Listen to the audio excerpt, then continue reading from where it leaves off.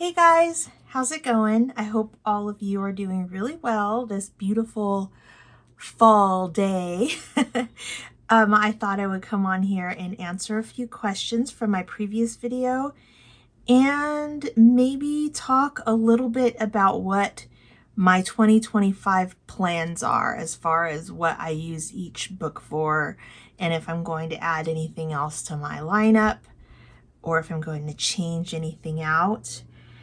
I got a lot of really cool questions that in my last video that I thought, instead of just answering them, in the written word, I would actually show you the answers to those questions. So one of the questions that I had was, how does the hone fit in the Hobonichi cover?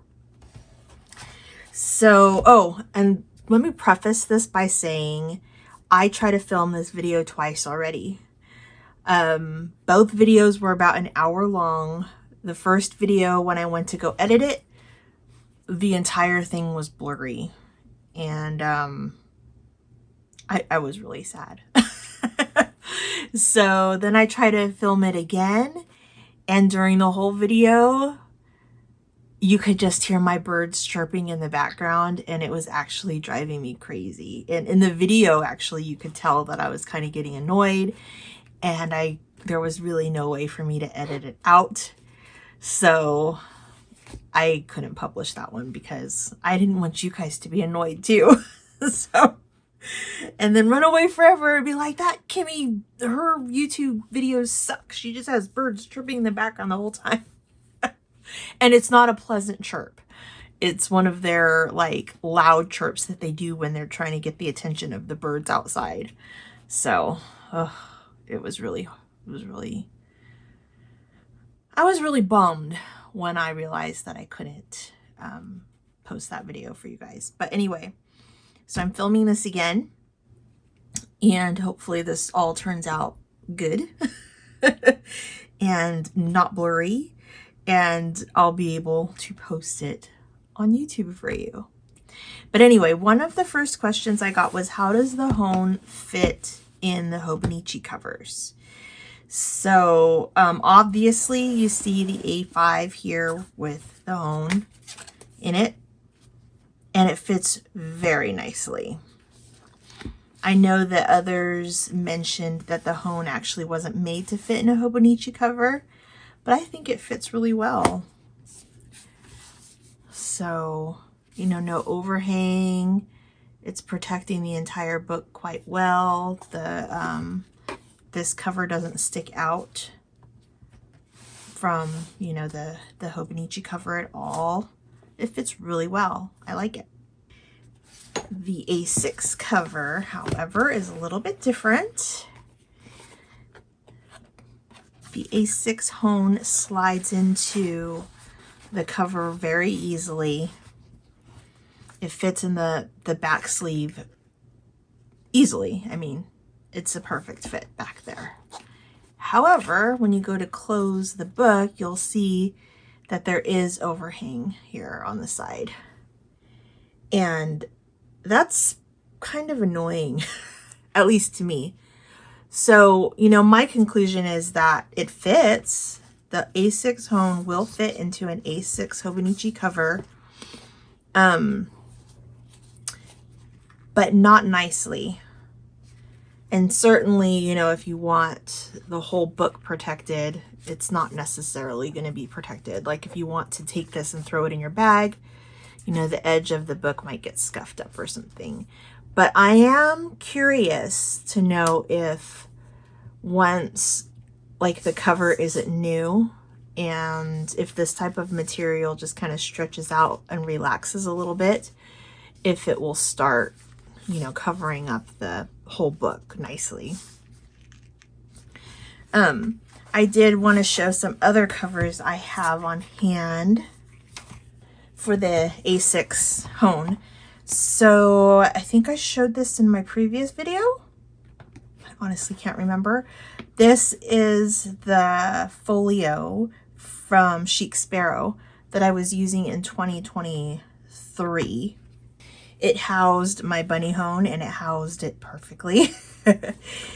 But let me show you how the hone fits in the Chic Sparrow A6 folio. It fits beautifully.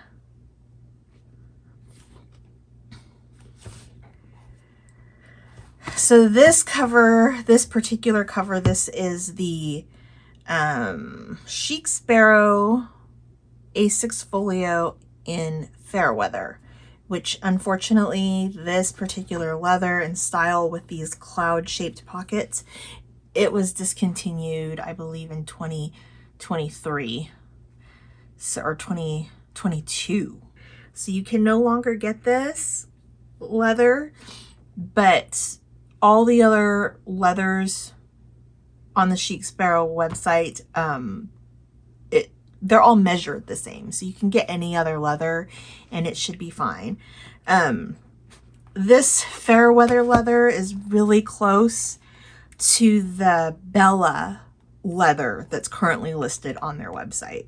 So if you wanted to get the folio, they have the folio and then it just has regular brown pockets on this side. It's called the Folio Cascade with pockets over here. And it's very similar to Bella. It might even be the same leather as Bella. I'm not quite sure. So yeah, that is how the folio, that's how the hone fits in a Chic Sparrow folio.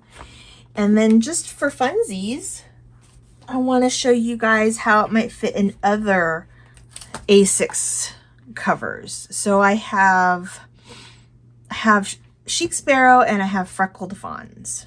So this is a Chic Sparrow. This leather has also been discontinued, but again, it's the same. It's an A6 TN, so it has the strings. So you could put multiple books in there. And then I also put a piece of cardboard in there because I like a square spine. But if you wanted to put your hone in something like a traveler's notebook cover, you know, it'll fit in there as well. But you will have these strings here and you could remove the strings if you want to. But this is, you know, how it fits in a traveler's notebook cover from Chic Sparrow. I didn't want to take this one apart, but you can see it still fits really well. And if those strings weren't in the way, it would probably, I mean, you'd probably be able to see how well it fits. But you still have plenty of room in there too. If you have a regular sized A6 cover, she might sell a plus. I know she sells a pocket plus with 6 strings instead of 4, and it holds more books. But this is a regular one with 4 strings, and you have plenty of room in there to fit other A6 books if you want to. In fact, let's take a look at that real quick.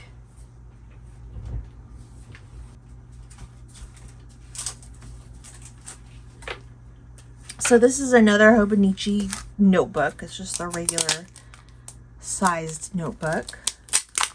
And it will fit in there in a TN cover as well.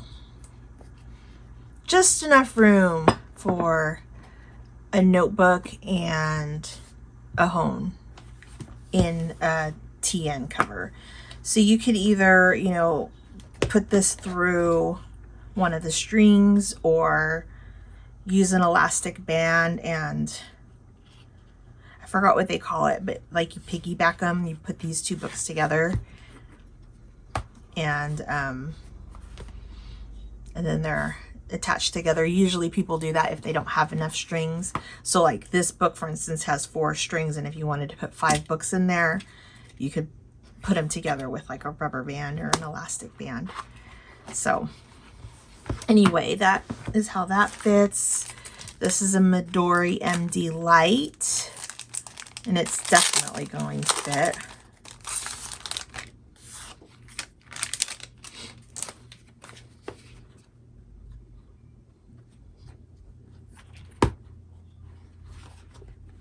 You probably fit 2 or 3 in there. And then this is a regular Midori MD A6 notebook. And it too fits in there just fine in a traveler's notebook cover. So that's the Chic Sparrow Traveler's Notebook in A6. And then we have a Freckled Fawn's A6 Traveler's Notebook, which it looks like I removed the center string, so it'll probably fit a little bit better. And it actually doesn't slide in so easily, so I'm going to use my used A6 to put it in, because in case I scuff it up, it's not a big deal. It's already been used. And no, it doesn't look like it's going to fit into a Speckled Fawn's A6 TN. I could force it. Oops. But then yeah. I would say no. No on the Speckled Fawn's Traveler's Notebook. But she might, if you really like her Traveler's Notebooks, she might make one special for you. She gets custom orders once in a while. At least she used to. I don't know if she does anymore. But yeah, so that is the Hone in the A6 Hobonichi cover. And I don't have a regular sized or a regular original sized, but I have the Avec, which is, both of them together are basically the same size as a regular original. So let's see how those fit in here. Oh yeah, that fits easily. Easily.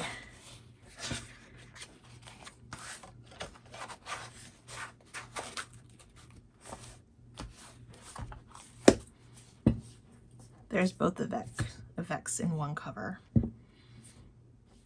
Very easy fit, no overhang at all. It's perfect. So you can put an original A6 in here just fine. You could put the Avec in here just fine. The Hones, it's okay. If you really, really like the Hobonichi covers and you want one, it fits.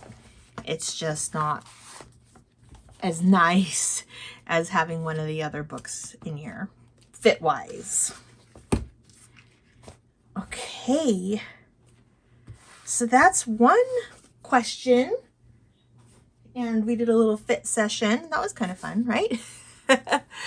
So the other question I had in the video that I wanted to answer on screen was, what pen do you have in the top corner of the video?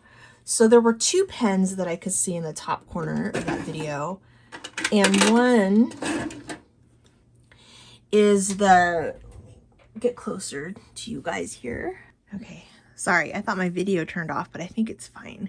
But you might be in a different position now. Okay, so one of them is the Sailor de Manon with a Fude nib. And it's a fountain pen, but I use it mostly as a dip pen to test inks and to practice with the Fude nib. And it's pretty cool. It's really inexpensive. You can get it pretty much on any online store that sells fountain pens. So Atlas Stationers, Drum Ghouls, Goulet Pen Company, Jet Pens, lots of places. Yoseka, I think, will have them. And yes, they're really inexpensive. The other pen I had in the corner of that video, this is my homemade pen case that I made out of felt. And I just use it to store my pens in until I can afford the real pen case that I want. But it's cute and it does its job. It protects them for now. But the other pen in the video was this Pilot Decimo Vanishing Point in Champagne Pink. And in contrast to the Sailor de Manon, this one is not inexpensive. This one wouldn't really be considered like a beginner budget friendly type of pen, but it is lovely. I actually haven't put ink in it yet. I have another one, another capless, Pilot capless, and I really like the color of this one for fall, but it's really cool. So instead of having a cap on the pen like this one, a separate cap, you actually just push the end of it and it retracts. And it's really cool because it has a little trap door in there that keeps the nib from drying out, which is really handy. But it's really neat. Some people don't like that it has this, that it has the clip right here at the tip of the pen instead of the back of the pen, because some people feel like it kind of gets in the way. I don't mind it at all. There's actually not that many people, from what I've heard, that dislike this clip being right here. It's actually really nice. And it's made for people like when you want to put it in your pocket, like you have a shirt pocket and you want to put it in your shirt pocket or even pants pocket. It's made so that the nib is pointing up instead of down, and you know, less of a chance of leaking and stuff. But those are the two pens that were in the corner, top corner of the video. I hope that was helpful. Okay, so now I wanted to talk a little bit about what so far my lineup for 2025 is going to be as far as planners go, and maybe a little bit about what, you know, I've used in the past and what I liked and what maybe I want to change for 2025. So starting, let's go back one more year, and in 2023, all right, so let's go back a year. This is what I was using in 2023. I used a Weeks, an A6 Hone, and then an A5 Cousin. And in 2023, I pretty much hardly used the Cousin.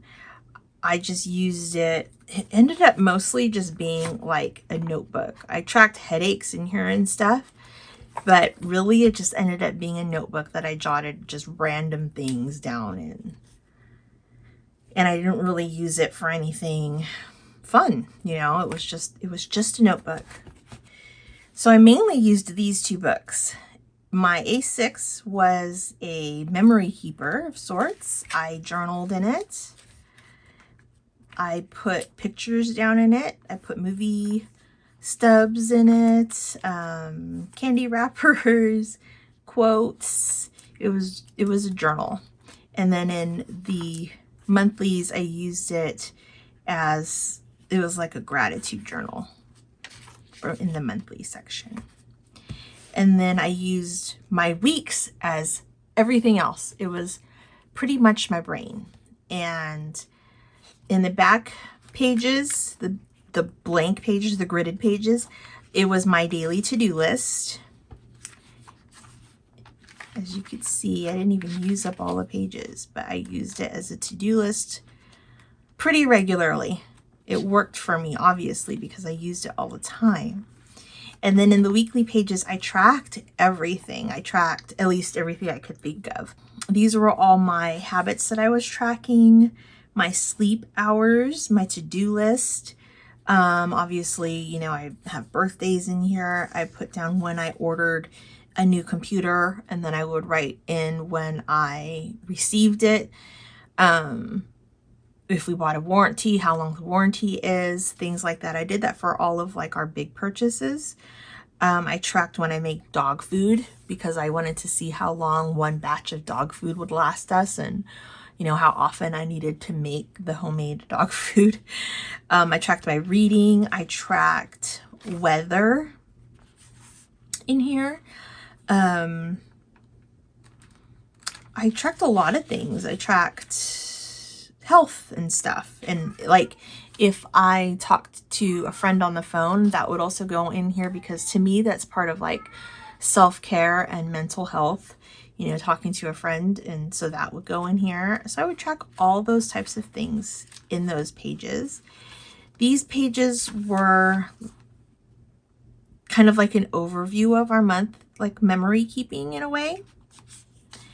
And then in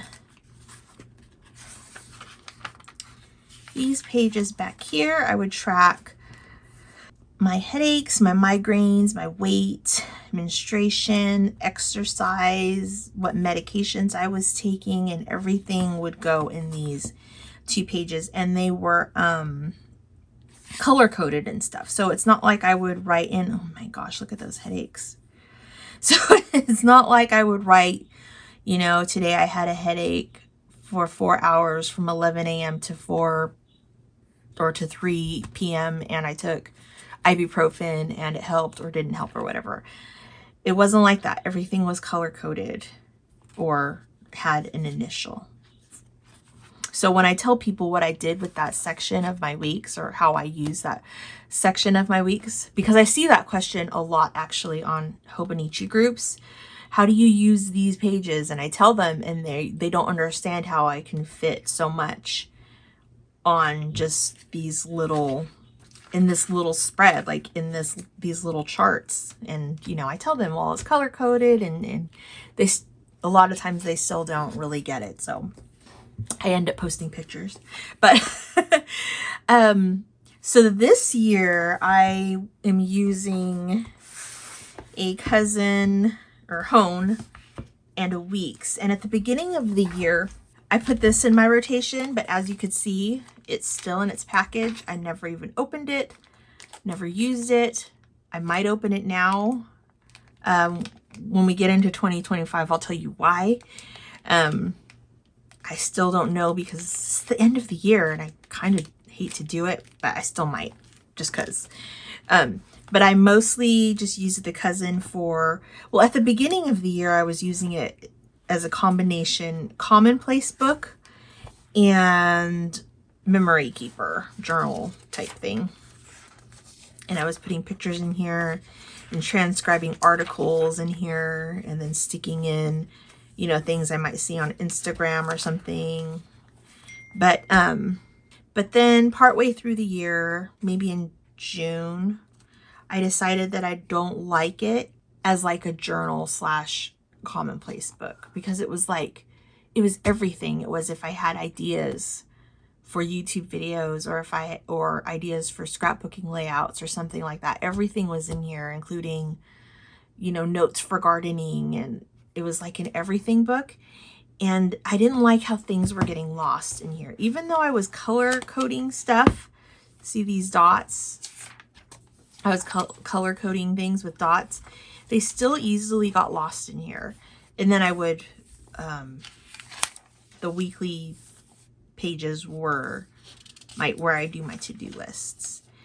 But I didn't like how it was really hard to find things in here, and everything was just getting lost. And so now I just use this as a journal.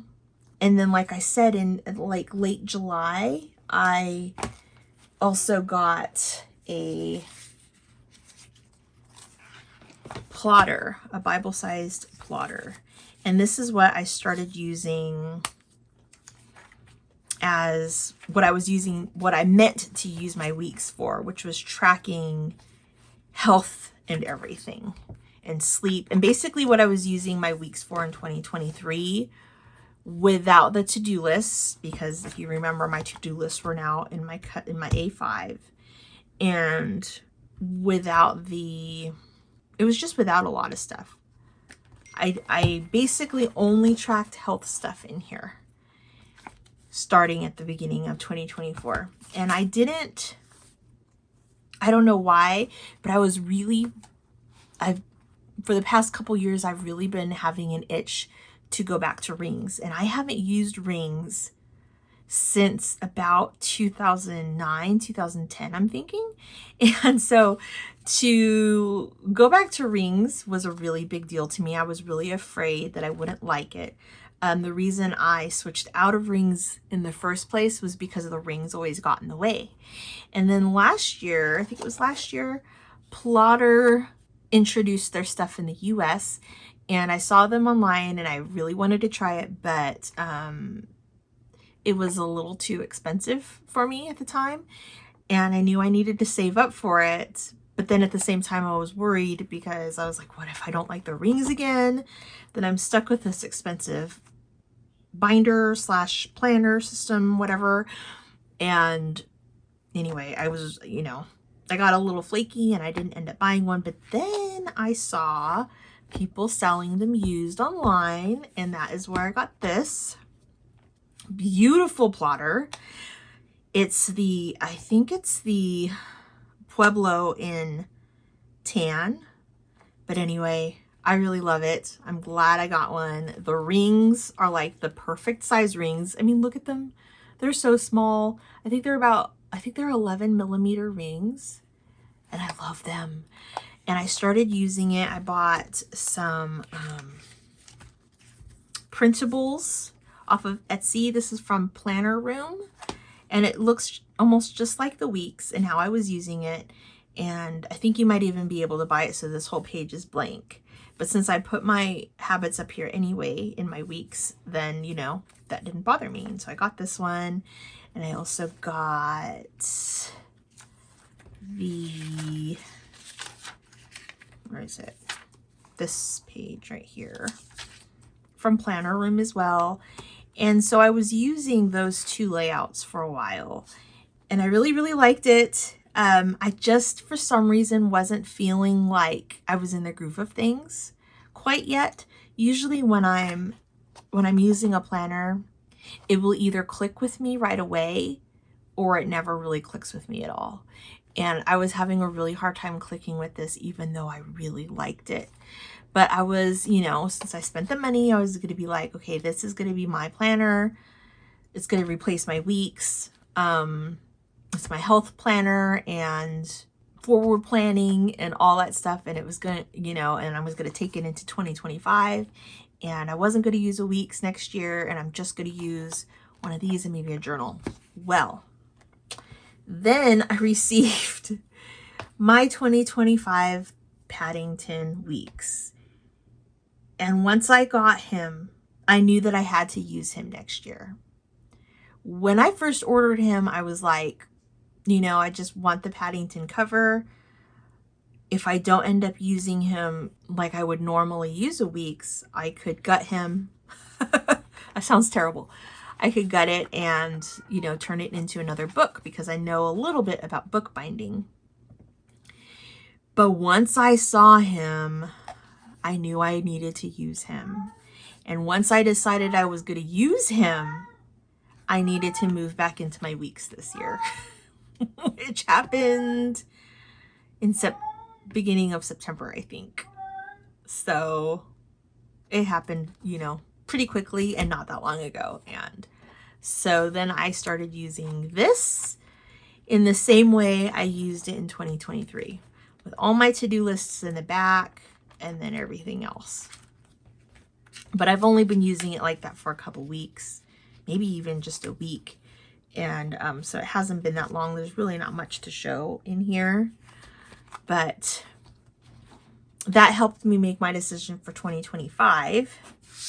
Ugh, I need to wipe off my desk. I have like glue on here and all kinds of stuff. But anyway, so yes, I'm going to use my Paddington as my everything, my brain, my everyday carry. It's going to contain everything. My A5 hone is going to stay home, and it's just going to be my journal. My word vomit, I need to get it out of my head. Everything goes in this journal. And I don't quite know how I'm going to use the week pages. I'm thinking either I'm going to keep track of my hours here, or, like what I'm doing by hour every day, or I seem to have a hard time doing that. I've always had a hard time doing that in the past. I don't know if I'm going to keep it up. I might use it for gratitudes. So yeah, and then see, normally I would use this for gratitudes, but I don't know yet. I don't know how I'm using those two layouts. If you guys have any suggestions on how I could use this page and this page, let me know. And you know, I love getting your guys' suggestions. In the last video, there were so many comments. You guys blew me away. I just want to say that thank you so much for everything that you guys said in my previous video. I was just like, oh my gosh, I can't even tell you how happy I was to hear from everyone. But that is what I'm using my A5 hone for and my weeks, and then my A6 hone, I think I'm going to use it as like a fun book. So I had a few comments on my other video about different ways I could use it, and I really, you know, do think that I'm just going to use it as a place maybe to sketch things out, stick things in, kind of like memories. It could be like a memory sketchbook, but it'll probably also hold movie tickets and stuff like that. So I think that is what I'm going to use my A5 for. I mean, A6. You guys might not ever really see me take this out on my channel because it's going to be my personal thoughts and stuff. And I don't really think I want those out for everybody to see, because that's just silly. You don't want to be in my head anyway. Seriously. Like, take my word for it. So yeah, that's what I'm using this stack for. I also have a commonplace book. I use different notebooks. I use Midori MD is one of my favorite notebooks. I also use other Hobonichi notebooks. I just got, sorry you guys, hear my elderly cat. He's deaf, so he doesn't realize how loud he is. Let me close my door. All right, so I just got these two plotter notebooks that were exclusive to the San Francisco Pen Show. And oh, they're so pretty. But anyway, I might use one of these or both of these for commonplacing. Normally I use a Midori MD notebook, and it's just a plain notebook. No lines, no grids, nothing. I like using one of these as a commonplace. And I also have the Midori MD Light. This isn't called the Light. It's their, what, 70th? It's their 70th anniversary set, I think, and it comes with several of these. I call them light books because that's what they call them in the other sizes. Like with this one, it's called a Midori MD Light. So that's what I call it. Yeah, it was our anniversary set, and it came with several. Like 8 or something. It wasn't a few. It was more than a few, for sure. But anyway, I use, you know, different notebooks for different things. And I'm really itching to get into a B6 or a B6 Slim, but I have no idea how I would use one. So I'm kind of thinking, so I posted a question on the Sterling Ink Facebook page earlier today about if anybody's having issues with the paper in the 2025 planners, because it's all over the Hobonichi Facebook groups and Reddit and stuff about how the 2025 Hobonichis are just super inconsistent taking fountain pen ink and stuff. And I was going to test that in this video, but I think the video would end up way too long to do that. So I might do that in a separate video. But I just posted a question on the Sterling Ink website if they're having the same issues, or if somehow Sterling Ink still has some of the original, like, OG Tomoe River paper that they're still using. But but I haven't tested out the new paper, so I can't say if I'm going to have bad luck with mine. But I was thinking about getting a B6 Slim in the Sterling ink when they come back in stock. They're out of stock right now of the, I wanted the compact because I don't think I would use as many blank pages as they have in the full year one. They have a lot of blank pages in that one. So yeah, that is my plan. If you guys have any questions or suggestions or comments, leave them down below. I love having conversations with you guys about anything down there. We can talk about, you know, our generation, our X-Gen, and fountain pens and Hobonichis, or whatever you want to talk about. It's awesome. I just love hearing from you guys. So take care, and I will see you next time. Bye.